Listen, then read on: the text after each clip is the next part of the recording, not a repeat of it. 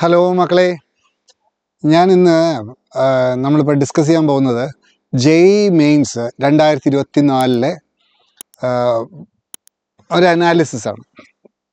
ഒരു പരീക്ഷ കഴിഞ്ഞാൽ അനാലിസിസ് ചെയ്യുന്നത് എപ്പോഴും നല്ലതാണ്. നിങ്ങളിപ്പോൾ ഒരു പരീക്ഷ വെറുതെ ഒരു എക്സാം എഴുതിയാലും അതിൻ്റെ മാർക്ക് വന്നാൽ ഒന്ന് അനാലൈസ് ചെയ്യുന്നത് നല്ലതാണ്.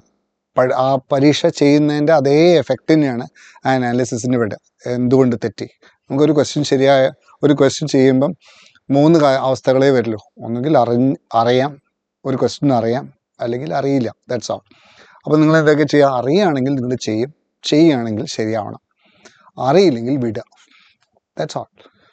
അപ്പം ഗസ് ചെയ്തിട്ട് ഒരിക്കലും നമുക്ക് മാർക്ക് കിട്ടില്ല. അപ്പം 2 കാര്യങ്ങളേ ചെയ്യുള്ളൂ. അറിയെങ്കിൽ ചെയ്യുകയാണെങ്കിൽ ശരിയാവുക, അറിയില്ലെങ്കിൽ വിടുക. ഇതാണ് നിങ്ങളെ കീ പോയിന്റ്. അപ്പോൾ അതിൽ മിക്കവാറും 99% ഓഫ് ദ കുട്ടികൾക്ക് എന്താ സംഭവിക്കണമെന്ന് വെച്ചാൽ ഇതാണ് സംഭവിക്കണമെന്നാണ് എനിക്ക് തോന്നുന്നതാണ്. അതിൽ തെറ്റുണ്ടെങ്കിൽ നിങ്ങൾ ക്ഷമിക്കുക. എനിക്ക് തോന്നുന്നത് എന്താ വെച്ചാൽ, അറിയും, ചെയ്യുമ്പം അത് മുഴുവനാക്കാൻ പറ്റില്ല, അല്ലെങ്കിൽ അത് സിംപ്ലിഫൈ ചെയ്യുമ്പം ചെറിയ സില്ലി മിസ്റ്റേക്ക്, നിങ്ങളിങ്ങനെ വിതിൻ ഇൻവേർട്ടഡ് കോമാസ് നിങ്ങൾ പറയുന്നതാണ് സില്ലി മിസ്റ്റേക്ക് ആയാലും മിസ്റ്റേക്ക് തന്നെയാണത്, അല്ലേ? തെറ്റാണ്. അപ്പോൾ അറിഞ്ഞുകൊണ്ട് തെറ്റുക പറഞ്ഞാൽ 5 മാർക്കാണ് പോവുക. അപ്പോൾ അതുകൊണ്ട് എല്ലാ പരീക്ഷയും നിങ്ങൾ വെറുതെ ഒരു 10 ക്വസ്റ്റ്യൻസ് ടിക്ക് ചെയ്തിട്ട് അത് ചെയ്യുകയാണെങ്കിലും അത് എവിടെയെങ്കിലും തെറ്റിയാൽ എന്തുകൊണ്ട് തെറ്റി എന്നുള്ളത് നിങ്ങൾ നോക്കണം. മിക്കവാറും അറിഞ്ഞായിരിക്കില്ല നിങ്ങൾ ചെയ്തിട്ടുണ്ടാവുക. അപ്പോൾ അറിഞ്ഞിട്ട് ചെയ്യുമ്പം നിങ്ങൾ ശ്രദ്ധിക്കേണ്ടതെന്ന് വെച്ചാൽ, അറിഞ്ഞിട്ടും എനിക്ക് എന്തുകൊണ്ട് തെറ്റുന്നു, അറിഞ്ഞുകൊണ്ട് തെറ്റുന്നത് ഭയങ്കര അപകടമാണ്. കാരണം 5 മാർക്കാണ് പോവുക. ഇങ്ങോട്ട് ഒരു 4 മാർക്ക് കിട്ടേണ്ടതിന് പകരം അങ്ങോട്ടൊരു മാർക്ക് കൊടുക്കേണ്ടി വരും. അപ്പം എഫക്റ്റീവ്ലി 5 മാർക്ക് പോകും. ശരിക്കും പറഞ്ഞാൽ ഒരു 5 മാർക്കിൻ്റെ വ്യത്യാസം പേഴ്സൻറ്റൈലിൽ വല്ലാതെ വ്യത്യാസം ഉണ്ടാക്കും ശരിക്കും പറഞ്ഞാൽ. അപ്പോൾ അതുകൊണ്ട് അവിടെയാണ് നിങ്ങൾക്ക് മാത്സിൽ എല്ലാവരും പറയുന്നൊരു പൊതുവായിട്ടുള്ളൊരു അഭിപ്രായം എന്താ, മാത്സ് ലെങ്തി ആയിരുന്നു, മാത്സ് ടഫാണ്. മാത്സ് ടഫല്ല. നിങ്ങൾ ചെയ്യേണ്ടത് എന്താ വെച്ചാൽ, സെലക്ഷനാണ് ഇമ്പോർട്ടൻറ്റ്. 30 ചോദ്യത്തിൽ 15 ചോദ്യം പോട്ടെ 10 ചോദ്യം വളരെ വളരെ സിമ്പിളായിരിക്കും എല്ലാ പരീക്ഷയ്ക്കും.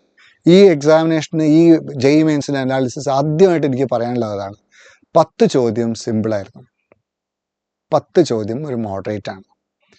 ഒരു 5 or 6 ചോദ്യം, ബാക്കിയുള്ളതൊക്കെ ഡൂവബിളാണ്. 5 or 6 ചോദ്യം ഡിഫിക്കൽട്ടാണ്. അത് വിടുക. 6 ചോദ്യം വിട്ടോളൂ, കുഴപ്പമില്ല. മാത്സിൽ 10 എണ്ണം ചെയ്താൽ 15 എണ്ണം ചെയ്താൽ തന്നെ നല്ല പെർസെൻറ്റേജ് കിട്ടും, ഉറപ്പാണ്. അപ്പോൾ അതാണ് അതിലെ കീ പോയിന്റ്. ഓക്കെ, അപ്പോൾ അതിന് നമുക്ക് ഓരോന്നായിട്ട് അനാലിസ് ചെയ്യാം. ഈ കൊല്ലത്തെ എന്തൊക്കെയാണ് സംഭവിച്ചത്, എന്തൊക്കെയാണ്, എത്ര പെർസെൻറ്റേജ് ഫസ്റ്റ് ഇയർ വന്നു, എത്ര പെർസെൻറ്റേജ് സെക്കൻഡ് ഇയർ വന്നു, ഒക്കെ നോക്കാം. ആദ്യമായിട്ട് നോക്കേണ്ടത്, മാത്സിൽ എല്ലാ തവണത്തെയും പോലെ സാധാരണ 55% 12ാം ക്ലാസ്സിൽ വരിക, ബാക്കിയാണ് ഫസ്റ്റ് ഇയറിൽ വരിക. ഇപ്രാവശ്യം ശരിക്കും 53-47 ആണെന്ന് വെച്ചാൽ ലേശമൊക്കെ അങ്ങോട്ട് കിട്ടൊക്കെ ഉണ്ടാവും. എന്നാലും എൻ്റെ തോന്നൽ ഫസ്റ്റ് ഇയറും സെക്കൻഡ് ഇയറും ഏകദേശം ഒരേപോലെയാണെന്ന് ആവുന്നത്, ഏകദേശം ഒരേപോലെ. അപ്പം സാധാരണഗതിയിൽ ഇപ്പോൾ കീമിനൊക്കെ ആണെങ്കിൽ ഫസ്റ്റ് ഇയർ പോർഷനാണ് കൂടുതൽ വരിക. ഇവിടെ സെക്കൻഡ് ഇയർ പോർഷനാണ് കൂടുതൽ വന്നത്, 53%, 47%. എന്തായാലും 50-50 തന്നെ കൂട്ടിക്കോളൂ ഫസ്റ്റ് ഇയർ. അപ്പോൾ ഫസ്റ്റ് ഇയർ നിങ്ങൾക്ക് പൊതുവേ അത്രയധികം പിടുത്തം ഉണ്ടാവില്ല. സെക്കൻഡ് ഇയറിൽ പിടുത്തമുണ്ടാവും. സെക്കൻഡ് ഇയറിൽ സ്റ്റാൻഡേർഡ് ആയിട്ടുള്ള എല്ലാ ഫോർമുലാസ് എങ്കിലും നിങ്ങൾക്ക് ഓർമ്മയുണ്ടാവും. അപ്പം നിങ്ങൾ വീക്ക് ഏരിയ എപ്പോഴും ഫസ്റ്റ് ഇയർ ആയിരിക്കും. സെക്കൻഡ് ഇയർ കുറച്ചുകൂടി സ്ട്രോങ് ഏരിയ ആയിരിക്കും.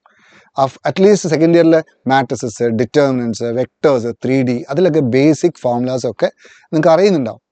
ഫസ്റ്റ് ഇയറിൽ മിക്കവാറും കോണിക്സ് പലർക്കും അറിയുന്നുണ്ടാവില്ല. പലർക്കും കോണിക്സ്, പിന്നെ അതിൽ കുറേ ഫോർമുലാസ് ഉണ്ട്, പലർക്കും അറിയുന്നുണ്ടാവില്ല. അപ്പോൾ ഫസ്റ്റ് ഇയറിൽ പകുതി, സെക്കൻഡ് ഇയറിൽ പകുതിയാണ്. അപ്പോൾ സെക്കൻഡ് ഇയറിലെ ഒരുവിധം എല്ലാ ഫോർമുലാസും നിങ്ങൾക്ക് അറിയുന്നുണ്ടാവും. അപ്പോൾ സെക്കൻഡ് ഇയറിന് തീർച്ചയായിട്ടും നിങ്ങൾക്ക് കുറച്ചൊരു എഡ്ജ് ഉണ്ടാവും സെക്കൻഡ് ഇയറിൽ. ഓക്കെ, ഇനി ന്യൂമറിക്കലും അത് ഏകദേശം അതുപോലെ തന്നെ ഉണ്ടായിരുന്നു. ഫസ്റ്റ് ഇയറിൽ ലേശം കൂടുതലും, സെക്കൻഡ് ഇയറിൽ കുറവാണ്. അപ്പോൾ പക്ഷേ ന്യൂമറിക്കൽ പൊതുവേ സിമ്പിളായിരുന്നു ഇപ്രാവശ്യം, സിമ്പിളായിരുന്നു ന്യൂമറിക്കൽ. പക്ഷേ ന്യൂമറിക്കലിലുള്ള ഒരു ഡ്രോബാക്ക് എന്ന് വെച്ചാൽ അതിൽ ഓപ്ഷൻസ് ഇല്ലാത്തതുകൊണ്ട് you must be accurate, correct ആയിരിക്കണം. അപ്പോൾ അതാണ് അതിൻ്റെ ചാലഞ്ചും. ന്യൂമറിക്കൽ ഇപ്പോൾ 4 ഡിജിറ്റ് വരെ ന്യൂമറിക്കൽ ആവാം. അപ്പോൾ അതുകൊണ്ട് അത് ആക്യുറസി കൂടുതൽ ഉള്ളവർക്ക്, കാൽക്കുലേഷന് ആക്യുറസി കൂടുതലുള്ളവർ മാത്രമേ ന്യൂമറിക്കലിൽ കൂടുതൽ എഫേർട്ട് എടുക്കാൻ പാടുള്ളൂ. അപ്പം നിങ്ങളെ സേഫർ സൈഡ് എപ്പോഴും ന്യൂമറിക്കൽ അല്ല, മറ്റേത് തന്നെയാണ്. പക്ഷെ ന്യൂമറിക്കലിൽ കുറച്ച് കാൽക്കുലേഷനിൽ എങ്ങനെ കണക്ക് കൂട്ടുമ്പോഴും തെറ്റാത്ത ചില കുട്ടികളുണ്ടാവും.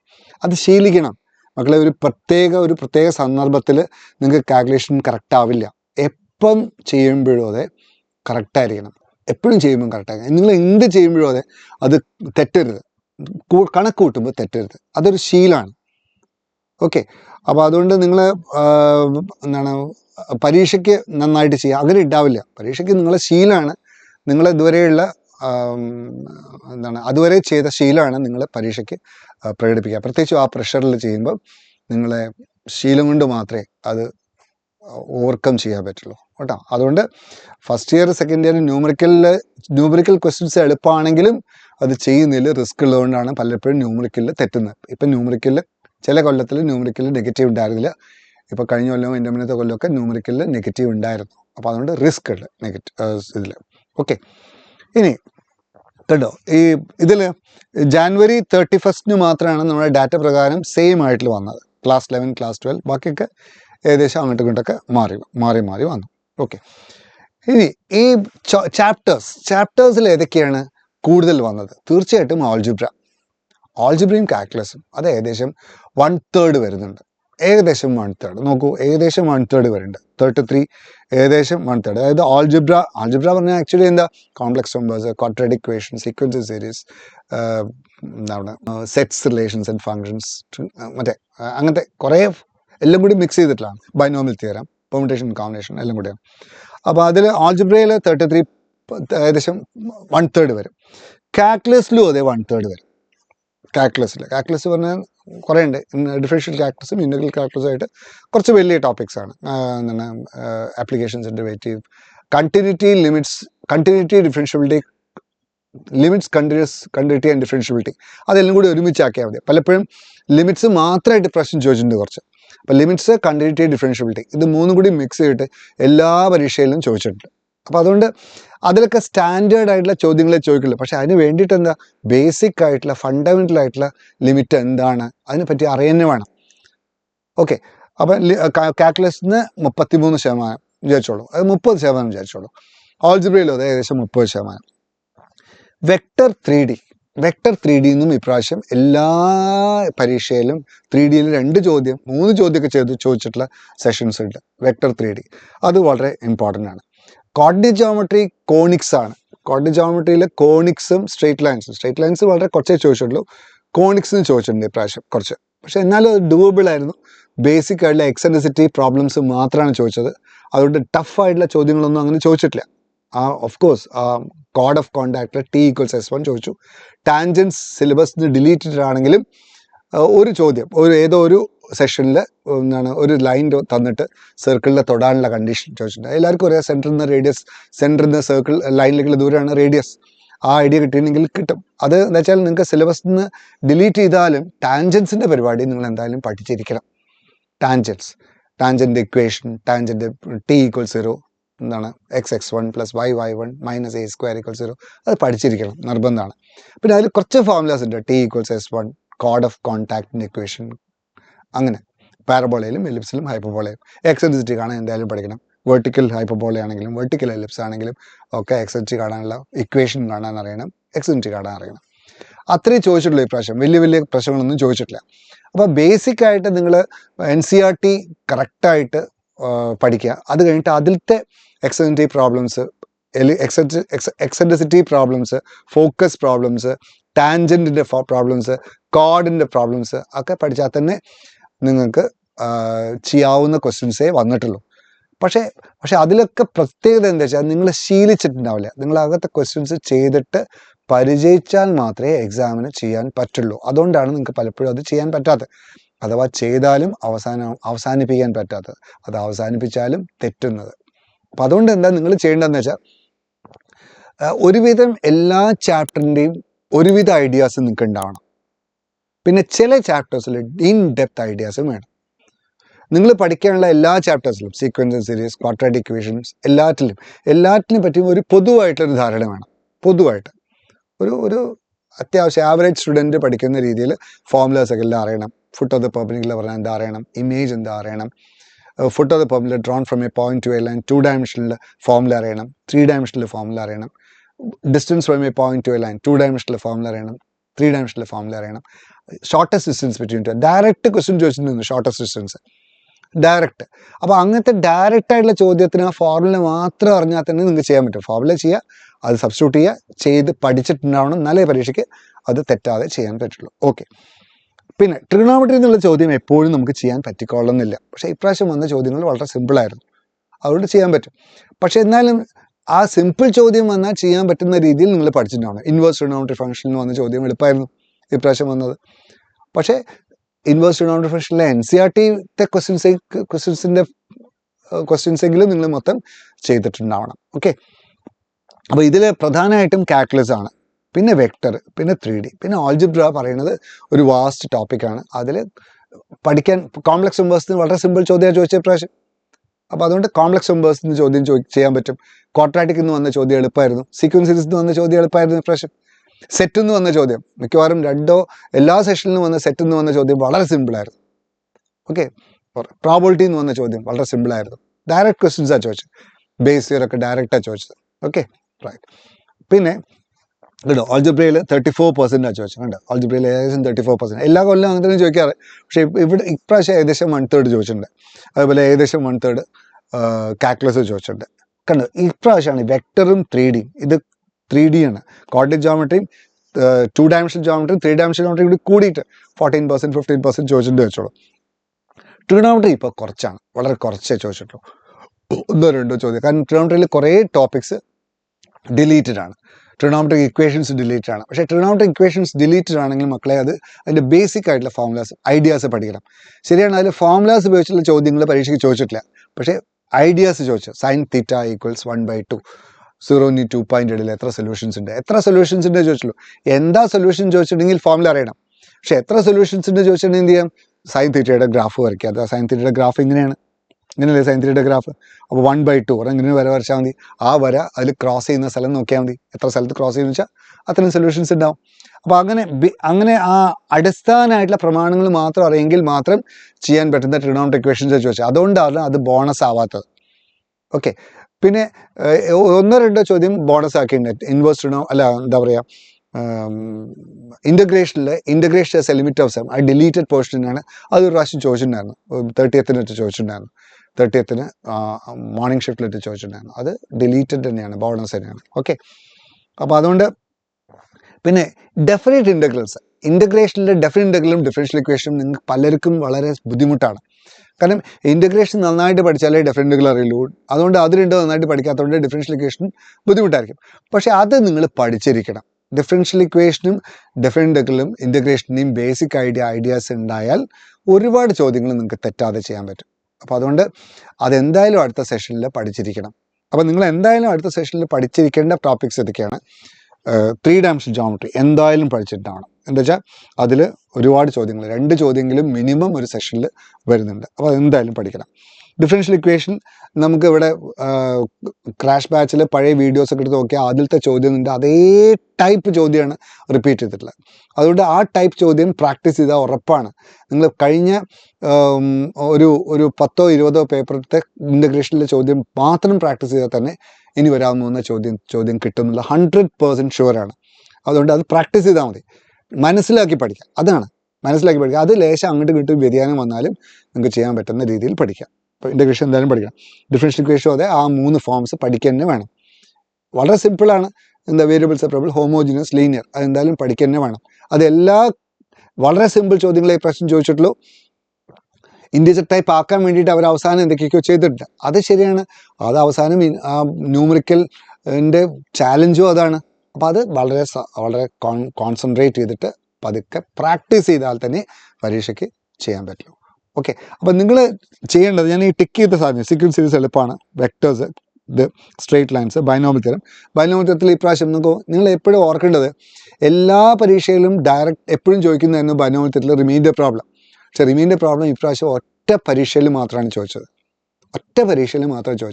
അപ്പോൾ അതുകൊണ്ട് നിങ്ങൾ മനസ്സിലാക്കേണ്ടത് എന്താ, ഇപ്പോൾ സിസ്റ്റം ഓഫ് ഇക്വേഷൻസ് ഒരുവിധം പരീക്ഷയിലൊക്കെ ചോദിച്ചു, എന്നാൽ എല്ലാ പരീക്ഷയിലും സിസ്റ്റം ഓഫ് ഇക്വേഷൻസ് ചോദിച്ചിട്ടില്ല. സ്റ്റാറ്റിസ്റ്റിക്സ് ഒരുവിധം എല്ലാ പരീക്ഷയിലും സ്റ്റാറ്റിസ്റ്റിക്സ് ഉണ്ടാവേണ്ടതാണ്, പക്ഷേ ഇപ്രാവശ്യം സ്റ്റാറ്റിസ്റ്റിക്സ് എല്ലാ പരീക്ഷയിലും ചോദിച്ചിട്ടില്ല. സ്റ്റാറ്റിസ്റ്റിക്സ് എല്ലാ പരീക്ഷയിലും ചോദിച്ചിട്ടില്ല. സ്റ്റാറ്റിസ്റ്റിക്സ് കണ്ടോ, ഇവിടെ ഈ പരീക്ഷയിൽ ചോദിച്ചിട്ടില്ല. ബാക്കി എല്ലാ സ്ഥലവും ചോദിച്ചിട്ടുണ്ട് കണ്ടോ. 31 ജാനുവരിയിൽ സ്റ്റാറ്റിസ്റ്റിക്സ് ചോദിച്ചിട്ടില്ല. അപ്പോൾ എങ്ങാനും നിങ്ങൾ പോകുന്ന പരീക്ഷയിൽ നിങ്ങൾ സ്റ്റാറ്റിസ്റ്റിക്സ് പഠിച്ചു, സിസ്റ്റം ഓഫ് ഇക്വേഷൻസ് പഠിച്ചു, അത് വന്നില്ല, ആകെ ബേജാറാവണ്ട. പക്ഷെ അതിനേക്കാൾ സിമ്പിളായിട്ടുള്ള ചോദ്യങ്ങൾ ഉണ്ടാവും. അപ്പം നിങ്ങൾ എന്താ വേണ്ട വെച്ചാൽ ഒരുവിധം എല്ലാ ഫോർമുലാസൊക്കെ പഠിച്ചു പോവാം, ഒരുവിധം ഐഡിയ ആയിട്ട് പോകണം. പിന്നെ ചില ടോപ്പിക്സ് ഇപ്പോൾ വെക്ടറിലെ 3Dയിലെ ക്വസ്റ്റ്യൻസ് ഒക്കെ വന്നാൽ അത് ചെയ്ത് പഠിച്ചാൽ മാത്രമേ പരീക്ഷയ്ക്ക് ചെയ്യാൻ പറ്റുള്ളൂ. അപ്പോൾ അതുകൊണ്ട് എല്ലായ്പ്പോഴും പ്രീവിയസ് പേപ്പർ നിങ്ങൾ ഈ +2നും +1 ചെയ്യുമ്പോൾ പ്രീവിയസ് പേപ്പർ മാത്രം പഠിച്ചു പോയാൽ അതെന്നെ വരും എന്ന് പറയാൻ പറ്റില്ല. അതുപോലത്തെ ചോദ്യം വന്നുകൂടാന്നില്ല. പിന്നെ അതൊക്കെ ചെയ്താൽ അതിന് വരുന്ന ശക്തി, അതിൽ കിട്ടിയ ശക്തി കൊണ്ട് നമുക്ക് പലതും മനസ്സിലാക്കി ചെയ്താൽ പലതും ചെയ്യാൻ പറ്റും. അതാണ് അതിൻ്റെ കീ പോയിന്റ്. പ്രീവിയസ് പേപ്പർ ചെയ്യണം നിർബന്ധമാണ്, പക്ഷേ പ്രീവിയസ് പേപ്പറിലെ ക്വസ്റ്റ്യൻസ് അതേപോലെ വരണമെന്ന് ഒരു നിർബന്ധമില്ല. ഓക്കെ, അപ്പോൾ അത് വളരെ ഇമ്പോർട്ടൻ്റ് ആണ്. നിങ്ങൾ ഈ +1 +2 ചെയ്ത പോലെ അതിന് ചെയ്യരുത്.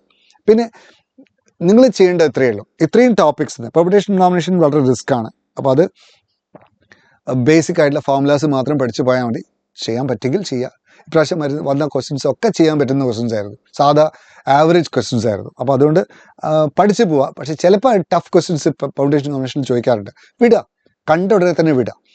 അതേപോലെ ആപ്ലിക്കേഷൻ ഡെറിവേറ്റീവ് വളരെ സിമ്പിൾ ചാപ്റ്റർ, അത് പഠിച്ചാൽ വളരെ സിമ്പിൾ ചാപ്റ്ററാണ്. അതിൽ കുറേ ടൂൾസ് ഉണ്ട്. വേവ് മെത്തേഡ്, പിന്നെ ഫസ്റ്റ് ഡെറിവേറ്റീവ് ഉപയോഗിച്ചിട്ട് മാക്സിമം മിനിമം ഉപയോഗിക്കുക. നിങ്ങൾ സാധാരണ ബോർഡിന് സെക്കൻഡ് ഡെറിവേറ്റീവ് ഉപയോഗിച്ചിട്ടല്ലേ മാക്സിമം മിനിമം ചെയ്യുക, ഫസ്റ്റ് ഡെറിവേറ്റീവ് വെച്ചിട്ട് മാക്സിമം മിനിമം കാണാനുള്ള ഒരു പരിപാടിയുണ്ട്. അപ്പോൾ അതൊക്കെ നമ്മൾ ഈ ക്രാഷിനും മറ്റേ ബാച്ചിനും ഒക്കെ നമ്മൾ ഓൺലൈനിൽ എടുക്കുന്നുണ്ട്. അത് ശ്രദ്ധിച്ച് കാണുക, എന്നിട്ട് പേപ്പറിൽ എഴുതി വെക്കുക, പരീക്ഷയുടെ അന്ന് നോക്കി പോവുക, പ്രാക്ടീസ് ചെയ്യും കൂടി വേണം. ഓക്കെ, ഹൈപ്പർബോള ഡിഫറൻസിയേഷനിലെ ചോദ്യം അത് എപ്പോഴും ചെയ്യാൻ പറ്റിക്കൊള്ളുന്നില്ല. അതിൽ കുറച്ച് സിംപ്ലിഫിക്കേഷൻ ഉണ്ടാവും. ഈ സിംപ്ലിഫിക്കേഷൻ വരുമ്പം നമുക്ക് ആ സമയത്ത് സിംപ്ലിഫൈ ചെയ്യാൻ പറ്റിക്കൊള്ളുന്നില്ല. അപ്പോൾ അതൊക്കെ ആ സമയത്തുള്ള മൂഡ് അനുസരിച്ച് കഴിക്കുള്ളൂ. അത് റിസ്ക് ആണ്. അത് രണ്ടാമത്തെ റൗണ്ടിൽ ചെയ്താൽ മതി. ഡിഫറൻസിയേഷനിലെ പ്രത്യേകത എന്താ വെച്ചാൽ കുറച്ച് വികടമായിട്ടുള്ളൊരു ഇതുണ്ടാവും. അത് വൃത്തിയാക്കിയിട്ട് മാത്രമേ ഡിഫറൻഷിയേറ്റ് ചെയ്യാൻ പാടുള്ളൂ. അപ്പോൾ നമ്മൾ എന്ത് ചെയ്യും, അതിന് മുകളിൽ കളിക്കും. ഡിഫറൻസിയേഷൻ ആദ്യം ചെയ്യരുത്. ട്രിഗണോമെട്രി ആദ്യം തന്നെ ചെയ്യരുത്. ട്രിഗണോമെട്രിയിലൊക്കെ ചിലപ്പം പ്രശ്നങ്ങളുണ്ടാവും. പിന്നെ ഇൻവേഴ്സ് ട്രിഗണോമെട്രി ഫംഗ്ഷനിൽ 1-2 ചോദ്യം ചോദിച്ചിട്ടുണ്ടായിരുന്നു.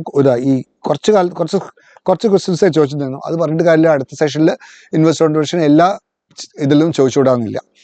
പിന്നെ പാരബോളയിലും പാരബോളയും റിസ്ക് ആണ്. പാരബോള നന്നായിട്ട് പഠിച്ചാൽ മാത്രമേ ചെയ്യാൻ പറ്റുള്ളൂ. അതുകൊണ്ട് നിങ്ങൾ ചെയ്യേണ്ടതെന്ന് വെച്ചാൽ quadratic equation, sets, continuity differential, matrices, statistics, പിന്നെ ഈ ടോപ്പിക്സ് അത് ഡീപ്പ് ഏരിയ ഉണ്ടതൊക്കെ, ഡിറ്റർമിനൻസ്, ലിമിറ്റ്സ്, പ്രോബബിലിറ്റി, ഇത് ഡീപ്പ് ആൻഡ് നാരോ ആയിട്ട് പഠിക്കണം.